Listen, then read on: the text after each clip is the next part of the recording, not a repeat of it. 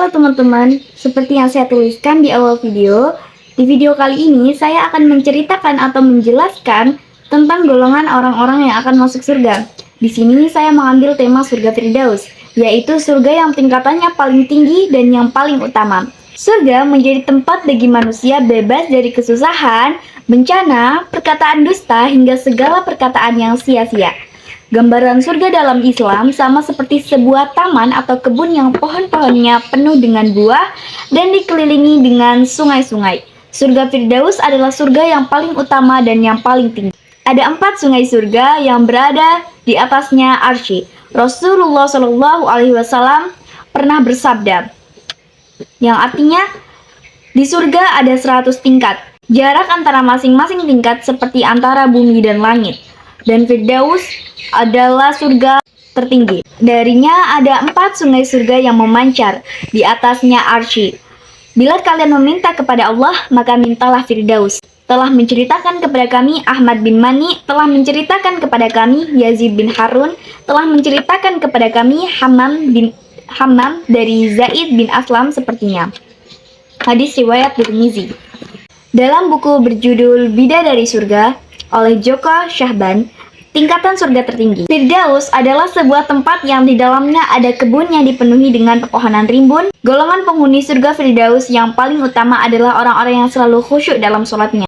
Allah berfirman dalam Al-Quran surah Al-Mu'min ayat 1-11 mengelompokkan golongan penghuni surga Firdaus, yang artinya sesungguhnya beruntunglah orang-orang yang beriman, yaitu orang-orang yang khusyuk dalam sholatnya dan orang-orang yang menjauhkan diri dari perbuatan dan perkataan yang tiada berguna, dan orang-orang yang menunaikan sholat, dan orang-orang yang menunaikan zakat, orang-orang yang menjaga kemaluannya kecuali terhadap istri-istri mereka atau budak yang mereka miliki. Maka sesungguhnya mereka dalam hal ini tiada tercela. Barang siapa yang mencari di balik itu, maka mereka itulah orang-orang yang melampaui batas dan orang-orang yang memelihara amanat-amanat yang dipikulnya dan janji-janjinya, dan orang-orang yang memelihara sholat, mereka itulah orang-orang yang akan mewarisi surga Firdaus. Mereka kekal di dalamnya. Golongan penghuni surga Firdaus dalam firman Allah Subhanahu wa taala meliputi: pertama, orang yang khusyuk dalam sholatnya. Orang yang khusyuk dalam sholatnya adalah seseorang yang dapat memusatkan perhatian dan pikirannya sepenuhnya kepada ibadah sholat, sehingga benar-benar fokus dan khusyuk dalam menjalankan ibadah tersebut. Orang yang khusyuk dalam sholatnya biasanya menghindari pikirannya mengganggu, merasakan kehadiran Allah Subhanahu wa taala secara langsung, dan pemahaman tentang makna sholat sebagai bentuk ibadah kepada Allah Subhanahu wa taala. Dari Abu Qatadah radhiyallahu anhu, Rasulullah Shallallahu Alaihi Wasallam bersabda, sungguhnya aku hendak menyuruhmu sholat, kemudian aku hendak pergi ke pintu-pintu rumah kalian untuk menyuruh agar seluruh perbuatan dosa ditinggalkan. Lalu aku ingin membakar kayu bakar yang akan diletakkan di bawah tempat tidur kalian. Kemudian aku ingin memerintahkan kepada para pelayan laki-laki dan perempuan agar kalian tetap khusyuk dalam sholat. Hadis riwayat Ahmad. 2. Orang yang menjauhkan diri dari perbuatan dan perkataan yang tidak berguna. Orang seperti ini cenderung memprioritaskan kegiatan yang dapat memberikan manfaat positif seperti belajar, bekerja, berolahraga, atau beribadah, dan menghindari kegiatannya hanya membuang-buang waktu dan energi, seperti menghabiskan waktu dengan hal-hal yang tidak bermanfaat atau mengikuti gosip yang tidak berguna. Dari Abu Hurairah radhiyallahu anhu, Rasulullah Shallallahu Alaihi Wasallam bersabda, tidakkah kalian lihat bahwa bicara tentang urusan yang tidak berkaitan dengan kebaikan adalah dosa besar? Para sahabat bertanya, ya Rasulullah, apa itu? Lalu Rasulullah Shallallahu Alaihi Wasallam pun menjawab, itu adalah gosip. Hadis riwayat Muslim. 3. Orang yang menunaikan zakat. Orang tersebut menunaikan zakat sebagai bentuk ibadah kepada Allah Subhanahu wa taala dan juga sebagai bentuk kepedulian sosial terhadap sesama manusia.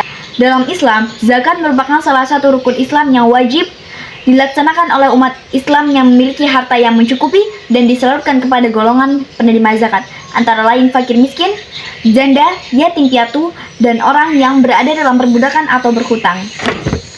Dari Abu Hurairah radhiyallahu anhu bahwa Rasulullah Shallallahu Alaihi Wasallam bersabda, Islam didirikan atas 5 perkara, yaitu kesaksian bahwa tidak ada Tuhan selain Allah dan Muhammad adalah utusan Allah, menegakkan sholat, menunaikan zakat, berpuasa Ramadan, dan haji ke Baitullah. Hadis riwayat Bukhari dan Muslim. 4. Orang yang menjaga kemaluannya. Dalam agama Islam, menjaga kemaluan adalah bagian dari kewajiban umat muslim untuk memelihara kehormatan dan menjaga diri dari perilaku yang merusak moral dan nilai-nilai agama.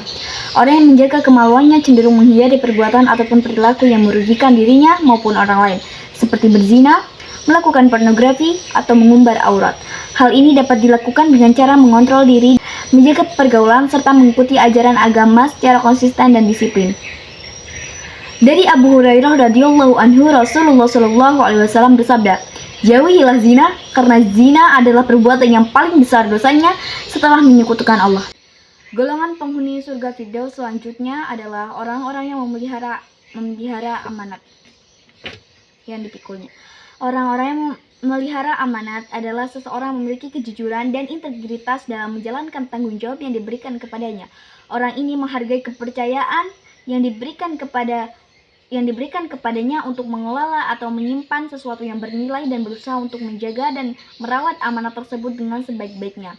Dari Abu Hurairah radhiyallahu anhu, Rasulullah shallallahu alaihi wasallam bersabda, "Sesungguhnya orang yang tidak menjaga amanah maka tidak ada iman baginya, dan orang yang tidak memenuhi janji maka tidak ada agama baginya." Hadis riwayat Bukhari. 6. Orang yang menepati janji. Orang yang menepati janji adalah seseorang yang dianggap dapat dipercaya karena selalu memenuhi janji-janjinya dengan tepat waktu dan sesuai dengan kesepakatan yang telah disepakati bersama. Orang tersebut memiliki prinsip untuk memegang teguh komitmen dan integritas dalam segala hal yang dilakukannya dan tidak mudah membatalkan janji atau mengecewakan orang lain. 3 cara yang bisa dilakukan agar menjadi orang yang tepat janji. 1. Berpikir matang sebelum membuat janji. 2. Menghindari membuat janji yang sulit ditepati.